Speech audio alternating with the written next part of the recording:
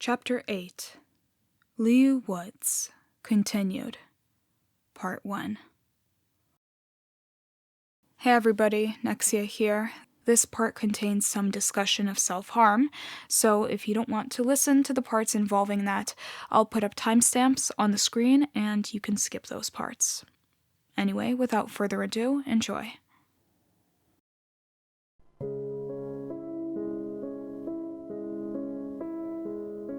Life was hard for Jeff and I after the fire. In a single night, it took everything from us. Our home, our belongings, our father. When the house went ablaze, he was the first to act, escorting all of us out of there before the flames completely consumed the building. But Jeff didn't come out with us. A piece of debris had landed on him, crushing his left leg and trapping him inside. If it wasn't for our father running in to save him, we would have lost Jeff that night. He had just enough time to lift the wooden plank that crushed Jeff before the entire house came down on him.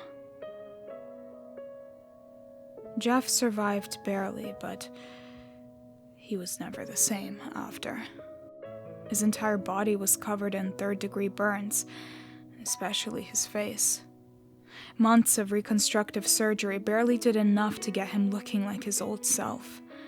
His entire face was covered in scar tissue, with the nerves around his mouth being so severely damaged he could barely even open it.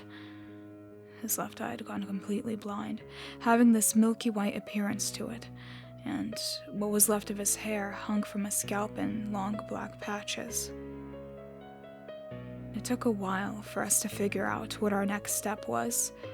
Our mother, Margaret, barely made enough to make ends meet, and Jeff was just starting college while I was finishing up high school. We couldn't afford a home like the one we had before, at least not on our own. We ended up moving to Carpenter's Landing as a solution to that problem. Our Aunt Marcy owned a plot of land here and offered to give it to us in light of everything that happened. She thought it was the least she could do after losing her brother, you know? We weren't picky about the offer either. After all, beggars can't be choosers, and despite everything we heard about this place, we thought it would be a fresh start for us. A chance to get away from the lives we had before. A chance to move on. On our very first day in Carpenter's Landing, we got a good look at the new place we'd be living in. A small, run-down bungalow that hadn't been lived in for years. By the time we stepped foot in there, the paint was peeling off the walls, and it looked like some druggies used it as a crack den. Burnt cigarette butts and broken glass littered the floor, and some of the windows had to be boarded up. Only reason we were there to see it in that state was because our mom wanted to help Aunt Marcy clean the place up before we moved in. Since they didn't want us getting in the way and Mom wasn't comfortable having her 2 teenage sons spending the whole day cleaning up used drugs and broken glass, she gave us some spending money and let us explore the whole town. I remember being super excited about the whole thing. After everything we'd gone through, it felt wonderful just to get out and explore somewhere new. Jeff, on the other hand, was very apprehensive about the whole thing. Ever since his accident, he was scared to go out in public, especially somewhere that no one knew him. He became much more reserved, often wearing this large, white sweater with the hood up at all times to hide his face. I assured him that things would be okay, and he tagged along with me despite his worries. We spent that whole day riding around town on our shitty little bikes, taking in all the scenery we could. Every gray building, every dingy alley, every rundown gas station. We didn't care where we were going, anywhere was good enough. At the end of the day, we stopped our sightseeing tour at this small convenience store downtown. I wanted to get some snacks for later that night, and Jeff tagged along, waiting for me at the back of the store where nobody could see him. That was where we had our first run-in with this guy named Randy and his 2 buddies, Troy and Keith. Randy was a textbook definition of a generic bully. Guy dressed in this black leather jacket with ripped jeans and what looked like some kind of death metal shirt underneath. His long, brown hair was slicked back with gel, and his ears were covered in all kinds of piercings. The two guys with him, Troy and Keith, had a similar vibe to them. Troy was a bigger guy who wore a large, red sweater and had the short stubble all over his face. Keith was a shorter, scrawnier kid. He wore large, baggy black clothes and had a rough buzz cut that nearly went down to the scalp. When we met these guys, they were causing a ruckus in the store. Apparently the cashier caught one of them trying to sneak out a pack of cigarettes, and Randy didn't take well to being told off. After they were done arguing, Randy eventually found it in himself to pay the $10 that was owed, and he and his guys stormed out of the store. When I went up to pay, I was told that apparently that kind of thing was the usual for Randy and his gang. They were a bunch of troublemakers that were well known in town, bullying whoever they could and causing problems wherever they went. Apparently, Randy always got away with it because his dad was an officer at the time. I paid the cashier a little bit extra for the trouble, and as I was getting ready to walk out with Jeff, I noticed out the store's window that the three of them had decided to hang around outside to smoke. I asked Jeff to put his hood up and avoid being seen by them, and he agreed. If these guys were as bad as I was told, there was no way in hell I was about to let them see my brother and validate all his fears of leaving the house.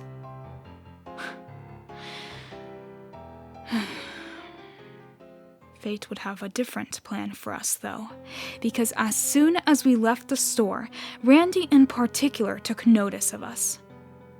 He called out to us, bringing attention to his two lackeys that followed him around.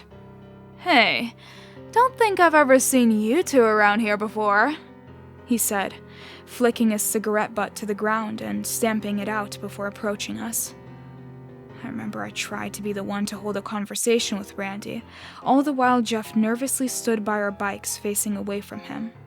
I tried to be polite, introducing myself and Jeff to Randy, but he was the kind of guy who didn't care about that. To him, we were just fresh meat to be picked on, and he particularly took an interest in Jeff. "Why the hell won't your brother look at me when I'm talking to him? Doesn't he got any manners?" Randy asked, walking towards us with his hands in his pockets, all the while Troy and Keith laughed at us behind him. During the whole conversation, I would shoot these occasional glances over at Jeff to see how he was doing. He was shaking, staring at the ground with this wide-eyed, empty stare like a deer in headlights. In his left hand was this lighter he carried around from back when he was smoking, one of his only possessions that survived the house fire. He would occasionally pull it out when he was stressed or nervous, fidgeting with the cap of it.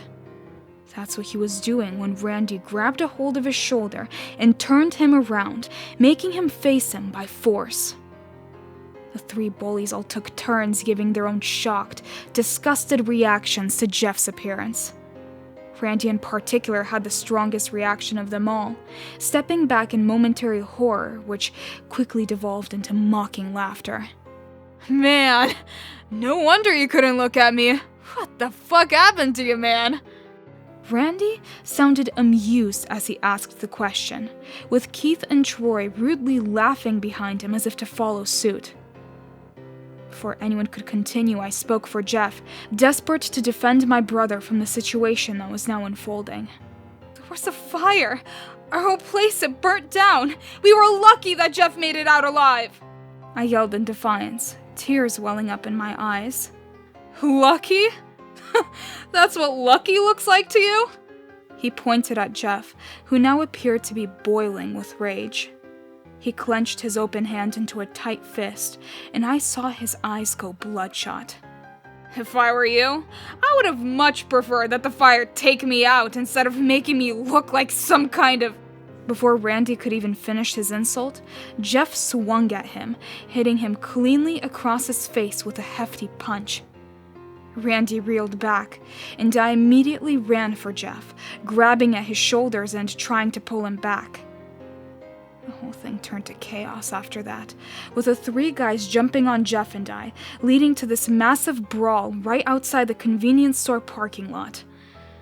The whole thing got broken up when I noticed the cashier calling the cops from inside the store. I yelled that to the rest of the guys, and before I knew it, Randy and his lackeys were out of there in an instant. Fortunately, Jeff and I weren't badly hurt by the whole thing, with only a few minor cuts and bruises being left where we were hit. When we got back to the new house that night, our mom was of course concerned about the whole thing, but we just made up some lie about getting into an accident with our bikes instead of telling her what really happened. Our mom tended to worry a lot after the fire, and we didn't want her to stress too much about our new life here on her first day.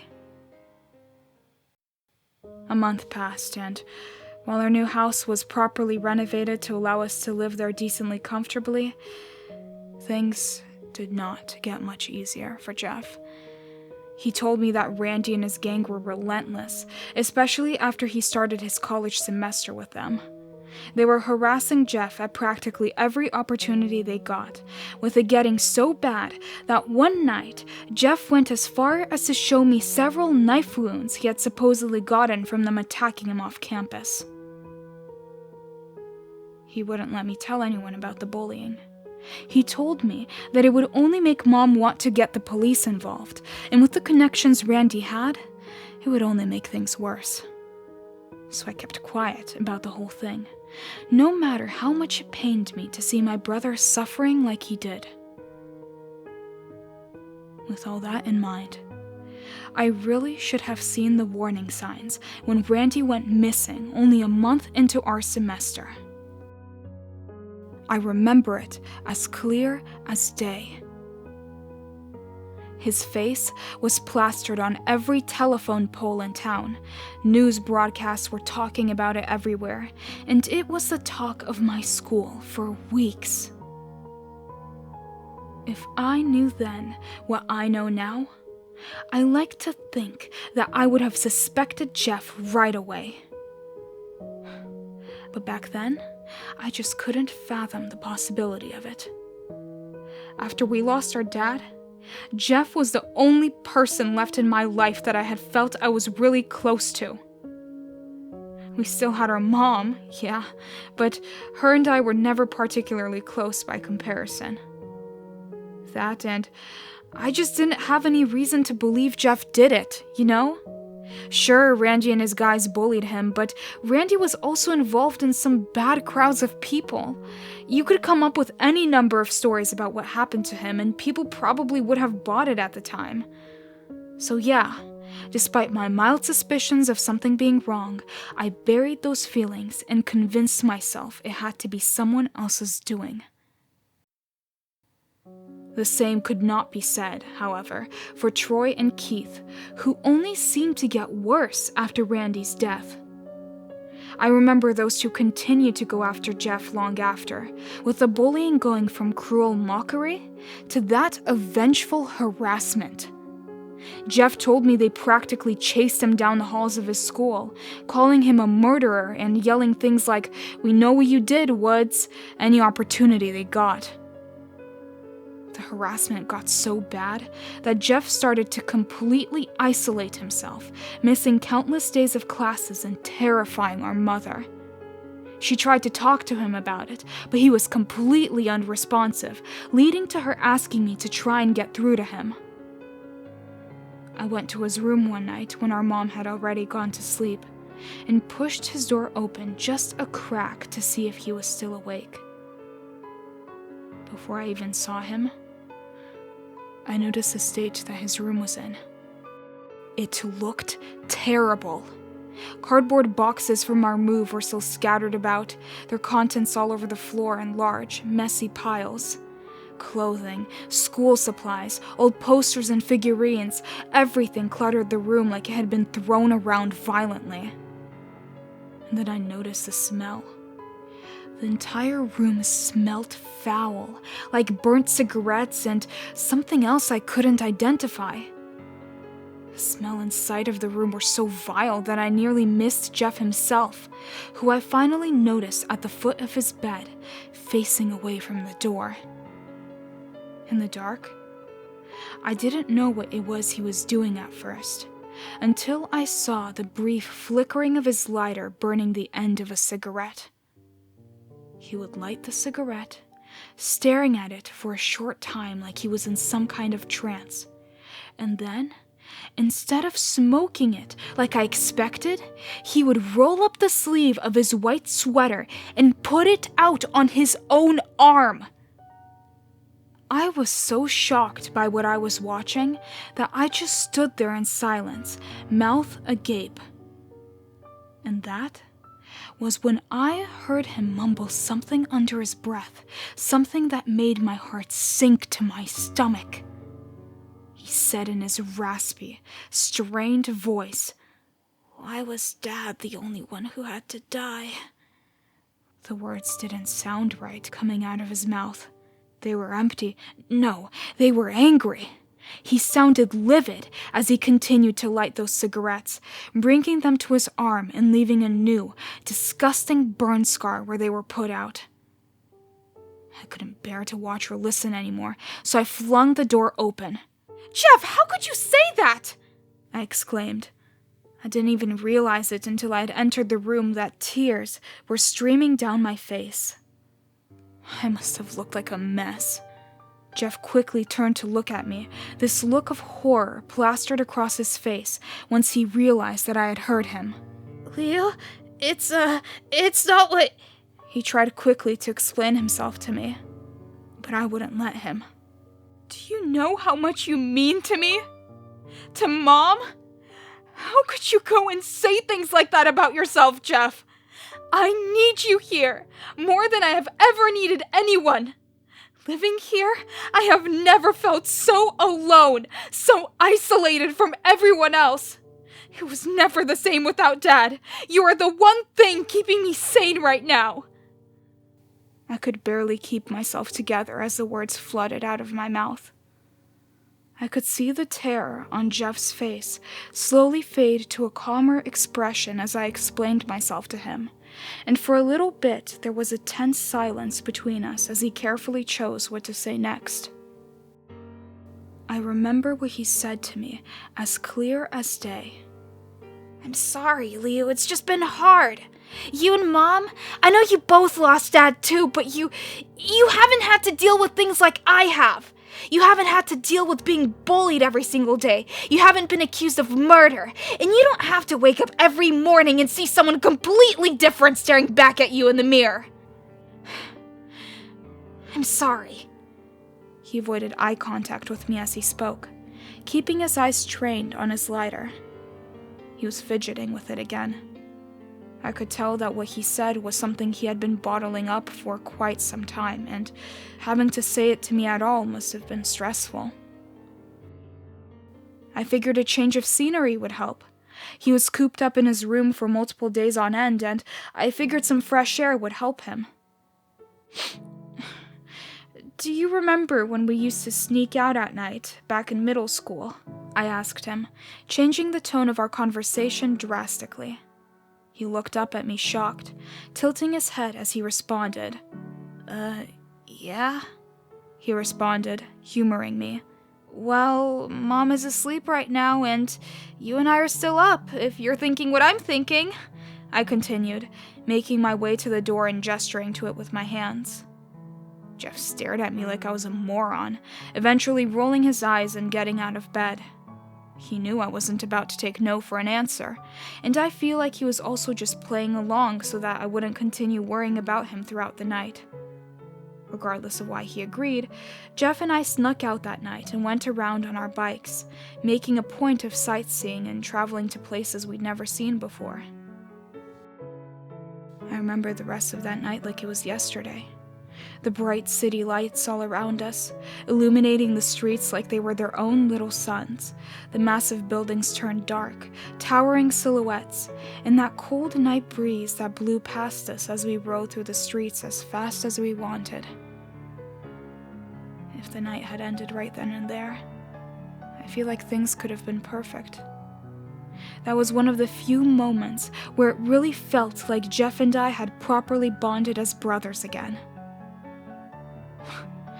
But of course, no good thing lasts forever. And our night very quickly took a turn for the worst as we realized we were being followed. We'd stopped a couple streets from our house after making some laps around our neighborhood. I remember we'd stopped right by a stop sign on an intersection, with there being a light drizzle that signaled for us to start making our way back. Right as we were getting ready to leave, though, a familiar pair of voices yelled out to us. I quickly turned to look behind us, seeing Troy and Keith approaching. I almost didn't recognize them at first. They looked so different from when we encountered them at the gas station. They both looked like they hadn't slept in days, with Keith's outfit looking filthy, and Troy's stubble having become a complete, poorly kept beard. "Hey!" Troy shouted at us. "What you doing out here so late, Woods? Looking for more victims?" When Troy spoke, there was this growl to his voice.